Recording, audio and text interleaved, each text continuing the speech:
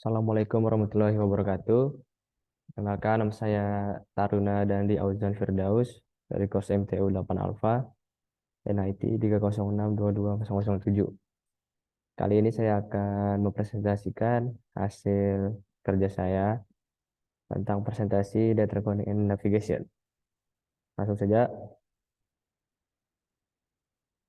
yang pertama ada fase climbing. Apa itu fase climbing? Fase climbing adalah pesawat menuju pada ketinggian tertentu untuk mendapatkan kondisi operasi yang optimal atau cruise. Untuk naik pada ketinggian tersebut, pesawat terbang meningkatkan lift atau gaya angkat dengan cara meningkatkan angle of attack atau sudut serang dan meningkatkan daya pada mesin untuk mendapatkan gaya dorong yang berakibat pada naiknya kecepatan hingga gaya angkat melebihi pada berat pesawat itu sendiri. Berikutnya ada faktor yang mempengaruhi kinerja pesawat udara pada saat pendakian atau climbing. Yang pertama ada kecepatan dan percepatan. Saat pesawat berakselerasi saat mendaki atau climbing, sebagian kelebihan gaya dorong diperlukan untuk percepatan, sehingga kelebihan gaya dorong akan berkurang yang menyebabkan sudut pendakian berkurang. Yang kedua ada suhu dan kepadatan udara. Semakin tinggi suhu udara, semakin kecil daya dorong yang dihasilkan mesin. Oleh karena itu, perbedaan antara gaya dorong dan gaya hambat pada saat pendakian lebih kecil, sehingga gradien pendakian berkurang dan kecepatan pendakian akan berkurang juga. Selanjutnya, kepadatan udara akan mengurangi daya dorong sehingga mengurangi sudut pendakian dan kecepatan pendakian. Yang ketiga ada massa pesawat terbang. Meningkatnya massa pesawat terbang memberikan gaya hambat yang lebih tinggi yang mengurangi gaya dorong berlebih, sehingga mengurangi sudut pendakian untuk gaya dorong tertentu dan mengurangi laju pendakian. Yang keempat ada angin. Dalam kondisi angin, headwind atau tailwind akan berdampak pada kecepatan gerak pesawat. Jadi headwind akan mengurangi jarak horizontal yang ditempuh pesawat dibandingkan dengan kondisi tanpa angin. Oleh karena itu, headwind memberikan peningkatan sudut pendakian, sedangkan tailwind mempengaruhi arah berlawanan dan mengurangi sudut pendakian. Yang dimana dalam kasus ini komponen crosswind tidak berpengaruh. Yang terakhir ada flap dan landing gear, retraksi flap dan landing gear. Ketika penutup atau flap ini dan landing gear ditarik, gaya hambat berkurang yang mengakibatkan peningkatan gaya dorong berlebih, sehingga kecepatan pendakian meningkat. Berikutnya ada bagaimana pesawat itu landing. Pesawat turun dengan mengurangi gaya dorong atau mengurangi kekuatan mesin. Hal ini mengurangi kecepatan pesawat sehingga mengurangi daya angkat, sehingga pesawat perlahan-lahan turun, mengurangi ketinggian. Jika untuk pendakian pesawat harus menghasilkan daya dorong yang berlebih, maka pesawat yang turun harus menghasilkan gaya hambat yang berlebih. Berikutnya titik puncak turun. Titik di mana penurunan dimulai.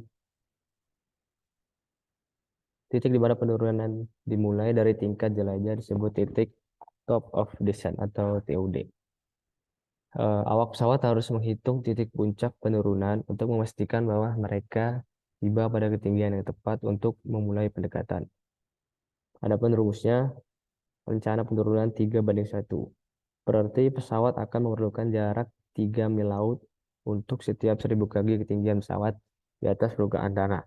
Misalnya, pesawat cruise di flight level 300 dengan bandara tujuan di permukaan laut 30.000 dibagi 1000 sama dengan 30. Nah, 30 ini dikalikan dengan 3 nautical mile sama dengan 90 nautical mile yang diperlukan untuk turun. Jadi 30.000 kaki dibagi 1000 kaki sama dengan 30. 30 dikali 3 nautical mile sama dengan 90 nautical mile. Berikutnya, mengapa penting untuk mempertimbangkan gradien turun dan tingkat turun? Pertama, mengurangi jarak turun sehingga mengurangi konsumsi bahan bakar, memastikan laju penurunan, laju perubahan tekanan atmosfer sebanding dengan laju perubahan tekanan kabin. Karena Penurunan yang cepat dapat menyebabkan gas terperangkap di telinga tengah atau blok tengah. Yang tiga, untuk menjamin keselamatan pesawat dan penumpang. Penurunan yang cepat juga dapat menyebabkan pesawat kehilangan kendali dan hal ini dapat menyebabkan kecelakaan. Berikutnya ada faktor yang mempengaruhi kinerja pesawat saat turun atau landing. Yang pertama ada kecepatan pesawat. Secara umum, laju penurunan meningkat seiring peningkatan kecepatan dan peningkatan hambatan. Kecepatan optimal diperlukan untuk kinerja penurunan yang terbaik. Yang kedua ada faktor angin. Sudut turun relatif terhadap permukaan tanah akan dipengaruhi oleh angin.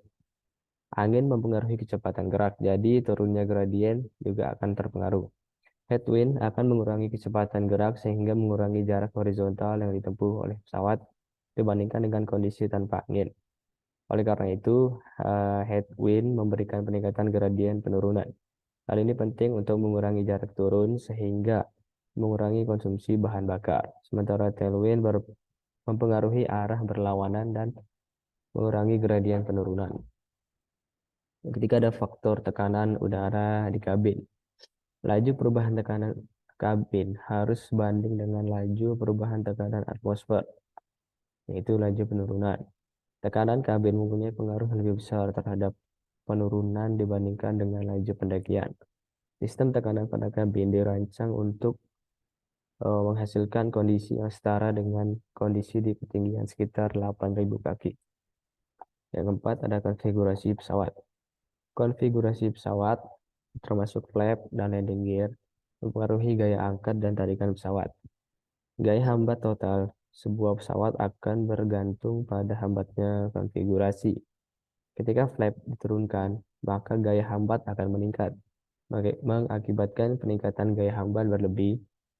Oleh karena itu, gradien turun untuk meningkat.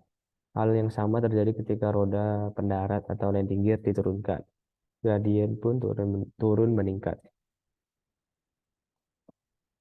Sekian presentasi dari saya. Assalamualaikum warahmatullahi wabarakatuh.